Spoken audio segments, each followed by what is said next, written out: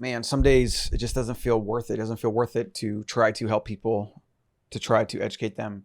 They don't want to learn. Made me think of school, indoctrination, and the fact that most adults don't actually learn. They're not really that interested. They spend most of their time watching mindless entertainment or sports or maybe comedy stuff, but they're not trying to learn. I take that for granted because it's like so natural to me that I just assume it's that way for most people, but it's not. And that's kind of scary. So I put out this tweet the other day.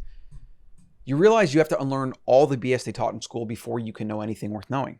Then you consider how school is indoctrination. Then you consider that most adults don't try to learn or expand their thinking. Then you despair because these people vote. It's no wonder 2020 happened the way it did. It's no wonder that they're now trying to disarm citizens. It's no wonder that always the current thing is just centered around, let's take away freedoms and give more power to the state. That is the liberal, left, Democrat narrative every time. Let's have the state do more things. We have to have the state fix this, or there needs to be a law or do something. Completely and utterly detached from the reality of everything, including power, economics, the state, why these things are happening, how to fix them, the nuance of all of it. But that's politics. Politics is based on not critically thinking, not trying to go into the nuance, because that's where the truth is always found. It's usually somewhere in the middle. Aristotle called it the golden mean. There's usually in nature something in the middle, right between the left and the right, far extremes. You have something in the middle that is the equilibrium, that is homeostasis, that is nature's best thing, best organism, and in the metaphysical realm, best idea. I'm going to start doing a daily show. I've been talking about that a little bit, so you got to subscribe over on YouTube to get that. And I'm going to start opening up more about just talking about life and what's going on and what I'm thinking. I'm going to read a lot more quotes. I'm going to talk about some current events here and there as it happens. And I'm going to keep putting out the Better Human newsletter over at thebetterhuman.co, so get that. Now, as an adult learner, as someone obsessed with knowing as much as possible, I don't have a really good note-taking system. I kind of have a lot of information in all different places. I haven't really spent the time to become super organized with that. So what I'm going to do is I'm going to start jotting down my notes and my quotes and the things that I save. I'm going to read them here and I'm going to save them in a Google Doc. And then I will probably make them publicly available so that you can find them at the bottom of the show notes, wherever you're listening to this or watching this. So here's a quote from a book I'm reading, Bitcoin, 21 Million Divided by Everything by Newt, I forgot his last name, but it's a good book. This article gave the president the power to override the rights tag during emergencies. Does this sound familiar to you? It should. When governments screw things up, it is not uncommon that they respond by giving themselves more power.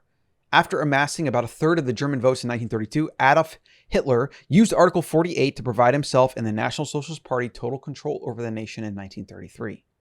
If you are not more afraid of the state than any lone gunman or really anything else, a virus, like the World Economic Forum, CDBCs, privacy, if you're not afraid of the state as the biggest threat to your sovereignty and to your future, then you haven't done enough work to understand history, economics, politics, power, but mostly history. Because as they say, history repeats, but it doesn't repeat. History rhymes. Humans repeat. Humans do the same things because they're humans. And when you have structures in place where the few can control the many to benefit themselves, there will always be those willing to do that. Here's another quote from the book. To question who's pulling the strings, you must be interested in mathematics, history, and economics. A high-level curiosity is needed to even ask the question. Most people can't detect what's wrong with the system from within the system. Public schooling is part of the problem. The natural sciences in general, and engineering in particular, has made it possible for humans to put robots on the surface of Mars. Still, most humans on this planet haven't yet realized that theft is always wrong. Through this lens, it's mind-blowing how uncivilized we still are. I'm going to pause there for a second because here's the thing. He's talking about inflation here, and inflation is theft. The state is theft. Democracy is theft. And what most people do is they just take that as a given that that's the way it is. And it must be the best way because that's what everyone else has signed up for. Although not really anybody signs up for it. They're kind of just born to the system and they don't really have any power or control. So they accept it as a given. But the state is coercion. They have a monopoly on violence. They force you to do certain things. We are all tax slaves. The narrative for the average unthinking person that wants to cherry pick data, that is just trying to get power and control, their answer is always more state. As a first principles thinker and an understander of history, a knower of history, someone who's very afraid of history repeating itself, I know that as a first principle, the state is never the answer. More state is never the answer. More free markets is the answer. The way this works is it manifests in two ways, and this is very telling and worth considering for a second. If you have an idea like gun control to stop violence, all right, if that's your hypothesis, as it is for everybody right now on the left and all the Democrats trying to pander to them and get votes, it's we need to do something about assault rifles, right? Because an assault rifle was used in this mass shooting. What you're doing is you're just making it so that regular citizens can get these weapons that don't kill people, and that would even be willing to maybe defend their communities or their homes or defend against crazy shooters that are going around killing innocent people, right? So your 1 + 1 = 2 is let's have less citizens that don't kill people not have weapons so that those that are willing to kill people will kill them less, I guess. But criminals will get guns illegally, as the majority of them do. Okay, so that doesn't really explain to me how, if you're going to ban guns, how are criminals not going to get them? Explain that to me. Drugs are banned. Drugs are illegal. There's more drugs on the streets than ever before. Even after Ronald Reagan declared the war on drugs. Trillions of dollars of waste and countless lives lost. And they couldn't even stop it. All right, now tell me you can do that with guns. Give me a break. But then you have the police that weren't even willing to protect your children. Some parents were arrested because the cops wouldn't let them go into the active shooter scene. I can tell you right now, if that was me, I'm afraid about what I would do. If you're between me and my children, you're the same as the gunman in my mind. Very, very, very fortunate that I wasn't put in that situation for numerous reasons. And I cannot even begin to understand these parents, what they're going through. I hope that police department gets sued into oblivion. But again, it's this idea that let's get rid of the guns for average people. Let's give it to the police and the state only. And then let's just hope that they'll do their fucking job. I call it liberal logic. What the fuck are you talking about? How does that make any sense? And then let's say hypothetically you were able to remove every gun from even the ability of criminals to get them, which is pretty much not going to happen because, again, we have the war on drugs as an example, et cetera, et cetera. But let's say you were able to do that and only the state and police had guns. Who was then your biggest threat? State and police, but mostly the state. And when I say the state, I mean the US government. But it's any centralized power. I don't care if you're in a democracy or a dictatorship. What power does is it grows over time. And then every new crisis, as they've already been doing, they've already been gaslighting the public for years and years and using propaganda to convince the public that the state is there to protect them and that you need to trust the state and they'll take care of you and blah fucking blah, even though time and time again we see that they don't and they can't. But they will keep doing that. They will keep eroding away rights. They will eventually, maybe one person will come into power and they'll use some emergency thing to give themselves absolute power. And then they will never give it back. And then they'll rewrite things, the Constitution, this and that, and they'll get rid of the Supreme Court. And like all this shit will happen. And it all comes back to making sure that you have a lot of law-abiding citizens with firearms that are willing to say, no, that's not going to happen. And try to come and enforce it. Try to, I dare you. Because here's the thing. Everyone thinks that the US military, which is the strongest military on the planet, yeah, sure, it is. Okay? But that doesn't mean that it can be used effectively. And it definitely doesn't mean that it's good at guerrilla warfare, which we already saw in Vietnam. It's not. We've seen it in Iraq. It's not. Afghanistan, it's not.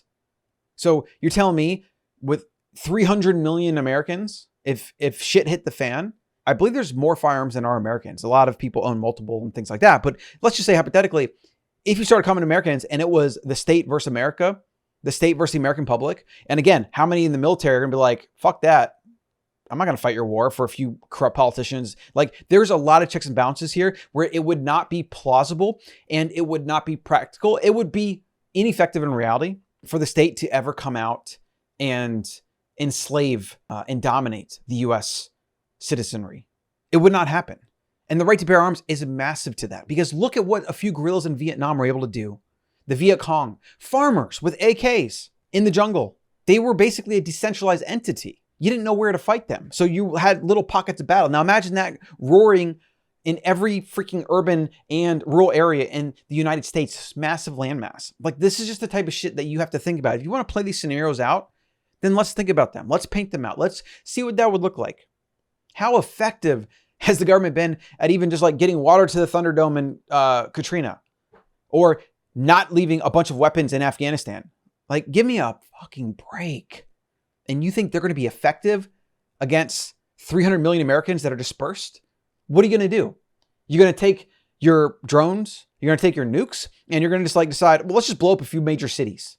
And then, like ants, humans will disperse and they'll set up new mounds and they'll be more decentralized and they'll be harder to attack.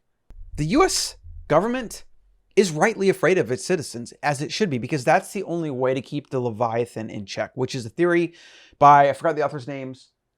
They wrote the book, Why Nations Fail, and another one like the Something Corridor.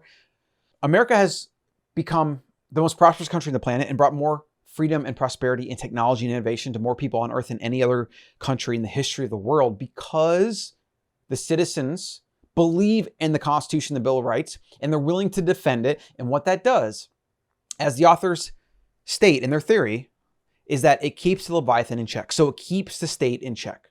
And you see a lot of left and liberals be like, oh, your puny pea shooter isn't going to do anything against the US military and their drones and this and that.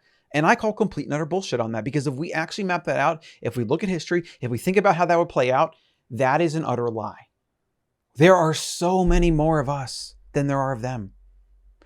And then you got to get into the fact that a lot of in the military and generals and things like that, they have to also go along with the plan, which that's not an easy thing to do. Just look at what happened in Nazi Germany. If you haven't studied the history, there were multiple there were multiple attempts to overthrow Hitler, and there were a lot of generals that weren't down for it. There was a lot of people in the government that weren't down for it. And through a lot of various happenstances and just people not acting, the worst happened. And that was in Germany. That's not even a place like America. Completely different. Let's finish this quote. The threat of war is omnipresent, always looming above us like a dark cloud on an otherwise blue sky. It will always be there as long as there's a link between government and money. The only way to end the perpetual threat of war is to separate money and state once and for all. The UK abandoned gold during the Napoleonic Wars. The US went off the gold standard in 1971 to finance the war in Vietnam, among other things. In the 90s, the US declared war on Iraq, a country that wanted to abandon the petrodollar system. The list goes on. An entity that can issue any amount of money at no cost to itself can be wasteful beyond our imagination. Not only can it fund the top consumers of fossil fuel on the planet, the military institutions, it can also misallocate resources to a disastrous extent. A so-called public sector can be as wasteful as it pleases without any consequences. Armies and navies consume vast amounts of resources in peacetime too. These institutions are designed to destroy lives and property, and that's their only purpose. As long as there are nation states, we'll always have these big spender arms races, military and financial. Bad money and bad government go hand in hand. You can't have one without the other. The damage they've caused to the planet is immeasurable, which again, my point is the state being the biggest threat to sovereignty, to men and women dying, to starving. I mean, like, just look at history, man. Come on. Bitcoin functions as a force against them in many ways. The more we use Bitcoin, the less we use government-issued fiat currencies. This means that the more we empower ourselves, the more we disempower the mafiosos of the elite. Let's see. Do we have any? We got some tweets here. Go through a few of these.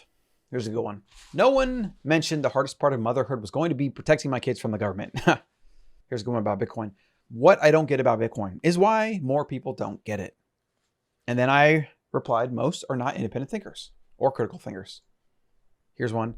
I will eat meat. I will use cash. I will not stand with Ukraine. I will not hate my neighbor based on their individual medical choices. I will choose what I put into my own body. I reject fear. I reject hatred. I choose love. And then here's one that's just absolutely disgusting. A shooter just opened fire on a hospital in Oklahoma. At least 3 are dead. He did not act alone. He was aided by 50 United States senators and the NRA. What he meant to say is, I mean, he wasn't even aided at all, actually. If it wasn't a gun, it would be a knife. And then, like, it's just incredible. I replied, you mean he was aided by the Constitution, that the result of being the richest, most prosperous country in the world that has effectively held the state at bay from its ever-encroaching power grab? You people have no argument, so you make up nonsensical and gross claims like this. You Federalists will have the end of America if you get your way, and you'll be begging for gun-wielding citizens to protect you in the state and the lawlessness that ensues come for you. Just disgusting. This narrative, this bullshit, like blaming senators, it's just unbelievable. It's like, I don't like politicians as much as the next guy, but at least let's be very specific about what we're blaming them for. Because if you're telling me that you're blaming them for protecting the Constitution, which they don't even really do, right? The courts do that. You're just using misdirection in words to pander to the lower forms of idiots, that there are a lot of them. And that's just human nature. Most people are just really dumb, especially in large groups, especially when groupthink and bias and all these things come into play. The average human is a moron, period. They just is. I love my average human, but he and she are fucking stupid. Most of the time, they're fucking stupid, period. It just is what it is. It's unfortunate. And I'll be the first person to educate them and challenge them, and they can challenge me, and we'll have a discussion. I will be the first person to do that and not resort to ad hominem attacks, and we will stay on point. But that doesn't mean that their ideas and the statements like this are not absolutely batshit crazy and stupid, because they are. And it is. Oh, gosh. Yeah, and this idea of flooding the streets with automatic weapons is a problem. They're saying that's a real mental illness.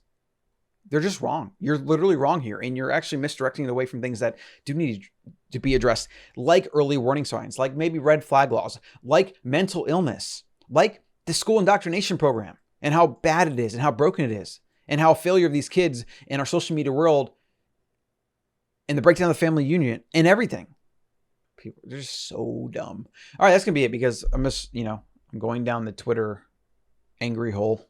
It's not a good place to go. How do I close with something positive here? I'm still extremely pro the future, pro humanity, and I'm optimistic because we do have Bitcoin. We do still have a Constitution and Bill of Rights that is still doing its job against these ever encroaching politicians and the idiot liberals that try to vote them into power and give them more power. We're going to see a conservative takeover soon. If you haven't been following me for a while and you're at this point, you might think I'm conservative. I'm an anarchist and anarcho-capitalist. I don't believe there should be a state. I believe in free markets. If there is a state, it should be as libertarian, as small as possible, and it should only be there to protect personal property rights. The right for me to not violate yours and you to not violate mine, and to protect innocents that cannot protect themselves, period. That's what it's there for. And that includes the words that come out of my mouth. That includes what I own and what I buy, right? If I want drugs, I should be able to get them. I'm going to get them anyways. So what the fuck does the state have to do with it? Same thing with guns. Same thing with anything and everything. And that is your right too. If you want to kill yourself, you will.